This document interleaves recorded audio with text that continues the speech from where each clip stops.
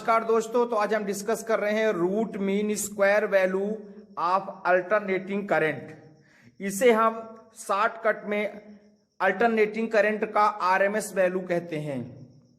तो alternating current का जो रूट मीन स्क्वायर वैल्यू है, आरएमएस वैल्यू है, वह स्टेडी करंट के उस वैल्यू के इक्वल होता है जो कि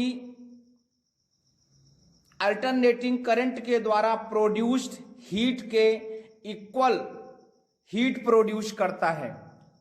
अर्थात स्टेडी करंट जितना हीट जनरेट करता है किसी भी रेजिस्टेंस में, किसी भी टाइम पे, किसी गिवन टाइम में और गिवन रेजिस्टेंस में, एक स्टेडी करंट जितना हीट का अमाउंट जनरेट करता है उतना ही हीट अल्टरनेटिंग करंट के द्वारा उसी रेजिस्टेंस में और उसी टाइम पे जनरेट किया जाता है। अर्थात स्टेडी करंट के द्वारा जनरेटेड हीट और अल्टरनेटिंग करंट के द्वारा जनरेटेड हीट जब इक्वल होता है तब अल्टरनेटिंग करंट का आरएमएस वैल्यू कहलाता है। अब हम मान लेते हैं कि आरएमएस वैल्यू कैलकुलेट करने के लिए अल्टरनेटिंग करंट का फार्मूला होता है I equal to I0 sine omega t. RMS value को इफेक्टिव वैल्यू ऑफ एसी अथवा वर्चुअल वैल्यू ऑफ एसी भी कहते हैं। आरएमएस वैल्यू के दूसरे नाम है, इसको हम इफेक्टिव वैल्यू और वर्चुअल वैल्यू के नाम से भी जानते हैं। इसको शॉर्टकट में आई आरएमएस या आई इफेक्टिव अथवा आई भी के द्वारा रिप्रेजेंट करते हैं।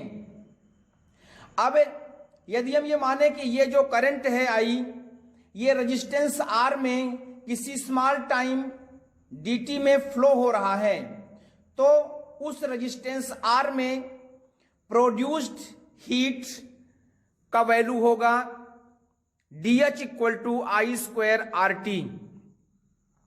अब यदि हम कंप्लीट साइकिल में देखें जिसके लिए टाइम पीरियड 0 से t के बीच में होगा, तो रेजिस्टेंस R में जो total amount of heat produce होगा उसको हम इंटीग्रेट कर देते हैं 0 से t के बीच में।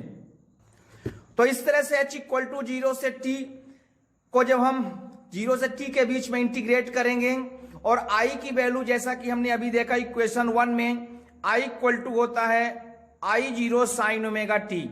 I स्क्वायर की वैल्यू पुट करेंगे तो ये हो जाएगा I0 square sine square omega T. यहां पर I0 एक पीक वैल्यू है और R रेजिस्टेंस है, ये दोनों वैल्यू कांस्टेंट होंगे, इसको हमने बाहर कर लिया। और साइन स्क्वायर ओमेगा टी का फार्मूला होता है 1 minus cos 2 omega t upon 2। इसको जब हम इंटीग्रेट करेंगे तो 2 को बाहर ले लिया, 1 का इंटीग्रेशन t होगा और कास 2 ओमेगा टी का इंटीग्रेशन हो जाएगा sine 2 omega t upon 2 omega.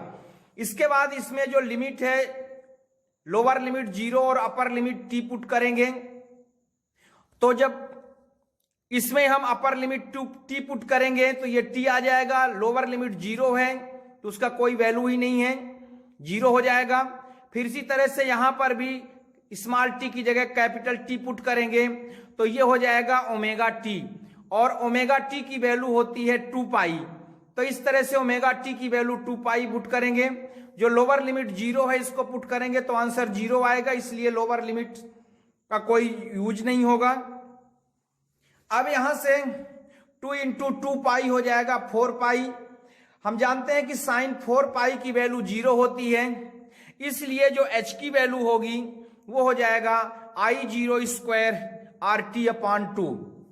अब अल्टरनेटिंग करंट का जो वर्चुअल वैल्यू है या आरएमएस वैल्यू है, जिसको हम आई भी से रिप्रेजेंट करते हैं, तो रेजिस्टेंस आर में टाइम पीरियड t के लिए जो प्रोड्यूस्ड अमाउंट ऑफ हीट है तो वो हो जाएगा H equal to I square भी आर टी। ये एवरेज आरएमएस वैल्यू के लिए या वर्चुअल वैल्यू के लिए है। और ये हमने प्रोड्यूस्ड हीट को कैलकुलेट किया। ये उसका स्टैंडर्ड फार्मूला है। इस तरह से दोनों वैल्यू को हम इक्वेट कर देंगे। तो यहां से इक्वेट करने पे आई भी की वैल्यू हो जाएगा I0/√2। 1/√2 को जब सॉल्व करते हैं तो ये हो जाएगा, चूंकि √2 की वैल्यू होती है 1.414, 1 में जब इसको डिवाइड करेंगे तो ये हो जाएगा 0.707 I0, जहां पे I0 पीक वैल्यू है, करंट की पीक वैल्यू है। तो इस तरह से अल्टरनेटिंग करंट का जो वर्चुअल वैल्यू है अथवा इफेक्टिव वैल्यू है, जिसे हम आरएमएस वैल्यू भी कहते हैं, यह अल्टरनेटिंग करंट के पीक वैल्यू का 0.707 टाइम्स होता है। अर्थात अल्टरनेटिंग करंट के पीक वैल्यू का 70.7% होता है। अर्थात यदि अल्टरनेटिंग करंट का पीक वैल्यू 100 एम्पियर है तो अल्टरनेटिंग करंट का जो आरएमएस वैल्यू है वो 70.7 एम्पियर होगा, क्योंकि पीक वैल्यू का ये 70.7% होता है। तो इस तरह से हमने डिस्कस किया root mean square value of alternating current. हमारे videos continue physics chemistry math के आते रहते हैं। आप हमारे चैनल को यदि सब्सक्राइब कर दिए हैं तो थैंक यू वेरी मच। यदि आपने अभी तक सब्सक्राइब नहीं किया तो प्लीज हमारे चैनल को आप सब्सक्राइब करें, लाइक करें, शेयर करें और इसको फ्रेंड सर्कल में शेयर करें, और कोई प्रॉब्लम हो तो कमेंट करें। Thank you very much.